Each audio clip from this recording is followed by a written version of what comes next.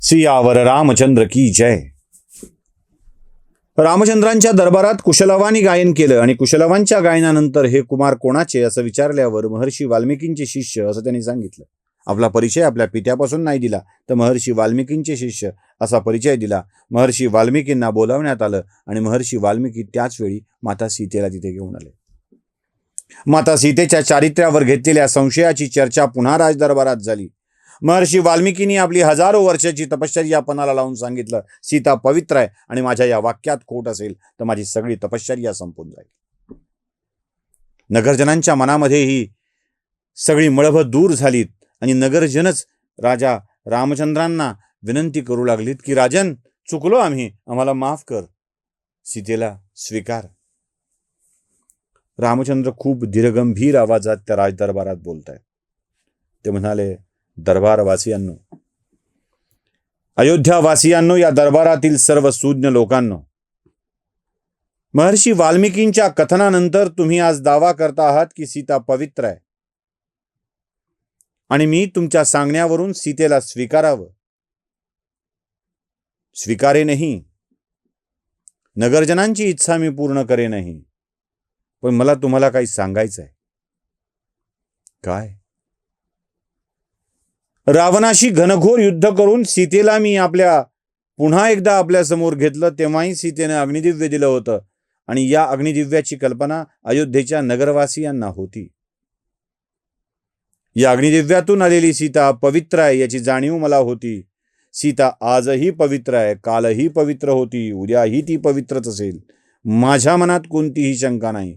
नगरवासियांच्या मनामध्ये शंका निर्माण झाली, होऊ नये म्हणून मी तिला अग्निदिव्य करायला लावलं आणि या अग्निदिव्याच्या नंतर सुद्धा तुम्ही सीतेच्या चारित्र्यावर शंका घेतली, सीतेच्या पतिव्रता असण्यावर शंका घेतली, पवित्र असण्यावर शंका घेतली. तुमचं ऐकून मी सीतेला परत वनात सोडलं. इतकंच काय, तर गर्भवती असताना वनात सोडलं. माझीच 2 मुलं ही एका ऋषीच्या आश्रमात वाढली.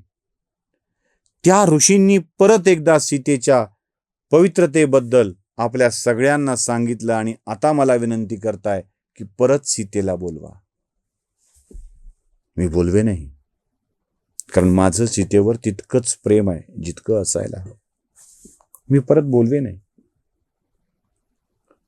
पण उद्या पुन्हा असाच एखादा प्रसंग आला आणि प्रजेतला कोणी बोलला तर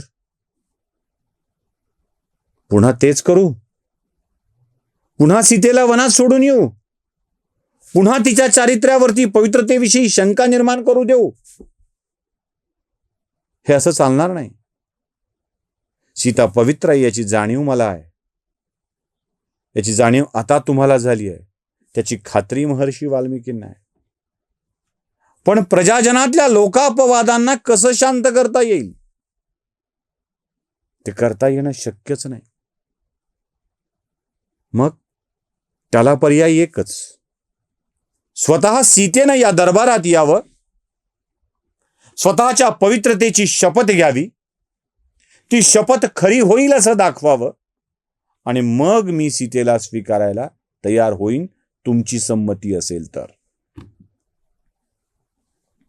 कठीण प्रसंग आहे.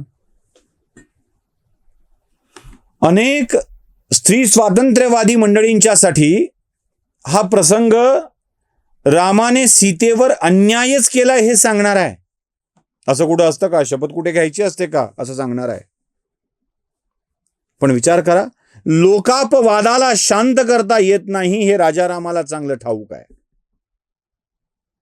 आणि सगळ्यात मोठी गोष्ट, आता ज्या अवतार कार्यासाठी सीता आलेली आहे ते अवतार कार्य, सीतेची आवश्यकता इथे संपते. या अवतार कार्यातील सीता या नावाचं प्रयोजन रामायण कथेमध्ये ज्यासाठी झालेलं आहे तिथे ते संपतं आणि त्याला परत जाण्यासाठीची योग्य वेळ साधणं आवश्यक आहे. नुसती योग्य वेळ नाही, योग्य संदेश देऊन सीतेचं अवतार कार्य थांबवणं आवश्यक आहे. आणि त्यासाठीच हा सगळा प्रपंच असावा असं मला वाटतंय. ते काय ते पुढे सांगेलच मी. माता सीता दरबारात उभ्या आहेत, डोळ्यातून आसवं गळतायत. अजूनही माझ्या चारित्र्यावर शंका आहे. हे कथा ऐकणाऱ्या लोकांना लक्षात ठेवा, अयोध्या भारतात आहे आणि भारतातल्या प्रत्येक नागरिकांनी हे लक्षात ठेवायला हवं. आम्ही नेहमी सीतेच्या पावित्र्यावरच शंका घेतली आहे. अग्निपरीक्षा सीतेला द्यावी लागली आहे, तितकीच ती परीक्षा रामाला द्यावी लागली आहे. आमच्यात आदर्श जन्माला आला की आम्ही आदर्शावर शंका घेतो. अरे खरे कपाळ करंटे आम्ही.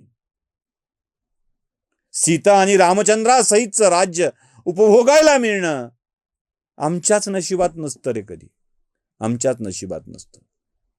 आमचं भलं करणाऱ्या माणसांच्या विषयीच शंका आम्ही आमच्या मनामध्ये घेत असतो आणि आम्ही आमचाच घात करून घेतो. नुकसान रामाचं काय होणार आहे? नुकसान सीतेचं काय होणार आहे? देवाची लेकरं आहेत ती कुशलव, त्यांचं नुकसान काय होणार आहे? नुकसान होणार आहे मूढांनो तुमचं. शंका शंका शंका. माझी स्पष्टता झाली पाहिजे, मला कळलं पाहिजे.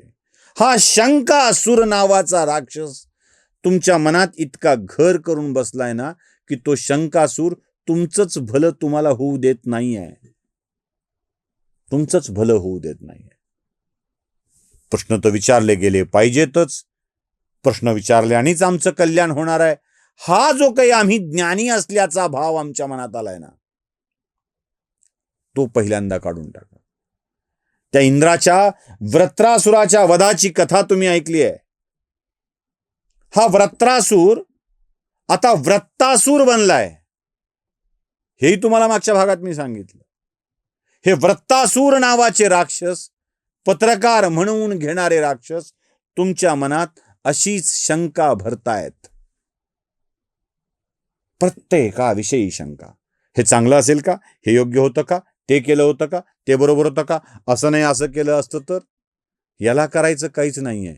हा तुमच्या डोक्यात शंकेचं काहूर टाकून जातो आणि तुम्ही आपलंच भलं करणाऱ्या माणसांच्या विषयी आपल्याच मनात शंका निर्माण करून घेऊन स्वतः ज्ञानी असल्यासारखं वागता. नुकसान देशाचं होतं, राज्याचं होतं, लोकांचं होतं, हे लक्षात ठेवा. रामचंद्रांनी रोकडा सवाल टाकलाय. उद्या पुन्हा तुमच्या मनात आलं तर काय करू? पुन्हा सीतेला सोडू? पुन्हा सांगू बाई तू चारित्र्य सिद्ध कर, तुझं पावित्र्य सिद्ध कर? आणि रोज रोज रोज असं पावित्र्य सिद्ध करायला लावणं, एका विशिष्ट कालावधीनंतर पुन्हा सिद्ध करायला लावणं, हे परवडणारं काम नाहीये. हे परवडणारं काम नाहीये. मग नगरवासियांनी ठरवावं, एकदाच तिने काय ती शपथ घ्यावी पावित्र्याची आणि स्वतःला पवित्र सिद्ध करून या आसनावर येऊन बसावं. रामचंद्रांनी सीतेला पावित्र सिद्ध करण्यासाठी शपथ घ्यायला सांगितलंय. सीतेने एकदा महर्षी वाल्मिकींच्याकडे बघितलं, म्हणाली, मुनिवर ऐकताय ना, या नगरजनांच्या समोर मला पावित्र्य सिद्ध करावं लागणार आहे. महर्षी वाल्मिकी ही मंदच स्मित करत, सीते कर असं म्हणतायत. बाकी सगळ्यांना रामाचा प्रचंड राग येतोय. कसली शपथ, कसलं काय? अयोध्यावासियांनाही हे काय भलतंच असं वाटायला लागलंय. 2 पावलं पुढे येऊन त्या राजसभेच्या मध्ये सीता उभी राहते आणि एक विलक्षण शपथ घेते. काय ती शपथ आणि काय होतंय ते बघूया पुढच्या भागात. सियावर रामचंद्र की जय.